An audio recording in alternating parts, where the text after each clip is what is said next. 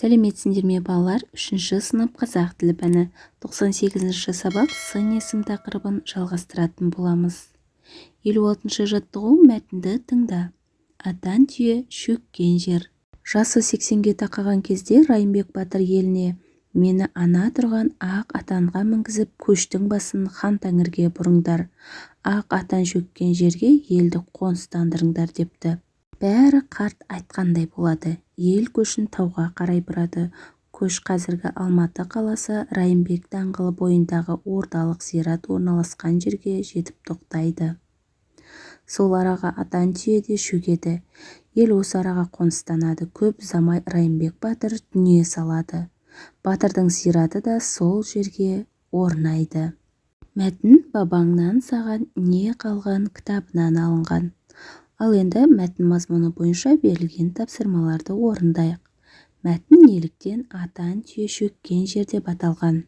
Себебі ол жерге Райымбек батырдың атан түйесі шөккен. Сол жерге ел қоныстанған. Сондықтан мәтін солай аталған. Мәтіннен сын есімдерді тап. Балалар, мәтіндегі сын есімдер ақ, қарт, атан сөздері. 57-ші жаттығу мақалдардың ішінен мәтін мазмұнына сәйкес келетінін тауып жаз. Берілген мақалдар егіннің жайын еккен білер. Ексең егін, жерсің тегін. Сәуір болмай тәуір болмас. Отансыз адам ормансыз бұлбұл. Айлалы батыр алдырмас. Еңбегің қатты болса татқаның тәтті болар. Бұл мақалдардың ішінде мәтін мазмұнына сәйкес келетін мақал айлалы батыр алдырмас. 58-ші жаттығу кестені толтыр. Адамға тән қасиеттер. Адамның шағымды және шағымсыз қасиеттерін кестеге жазып шығайық балалар. Жағымды қасиеттері қайырымды, әдепті, мейірімді, сабырлы, сыпайы, тәртіпті.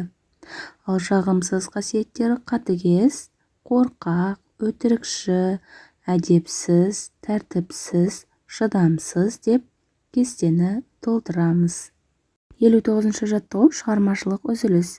Сөздіктегі сөздер қай қарындаш түсіне сәйкестенетін тап, сонан соң оларды тіркестіріп жаз. Сөздіктегі сөздер аю, қар, шоколад, түлкі, аспан, раушан, балапан, шырша сөздері. Ал енді осы сөздерді қарындаш түстеріне сәйкестендіріп жазып шығайық. Қоңыр аю, ақ қар, ақ шоколад, қызыл түлкі, көк аспан, сары балапан, қызыл раушан, жасыл шырша деп жазуымызға болады балалар. Ал балалар, осымен бүгінгі сабағымыз аяқталды. Сендерге барлық тапсырмалар түсінікті болды деген ойдамын. Балалар, егерде каналға тіркелмеген болсаңдар, осы видеоның төменгі жағындағы подписаться батырмасын басып, каналға тіркеліп, лайк басып кетуді ұмытпаңдар.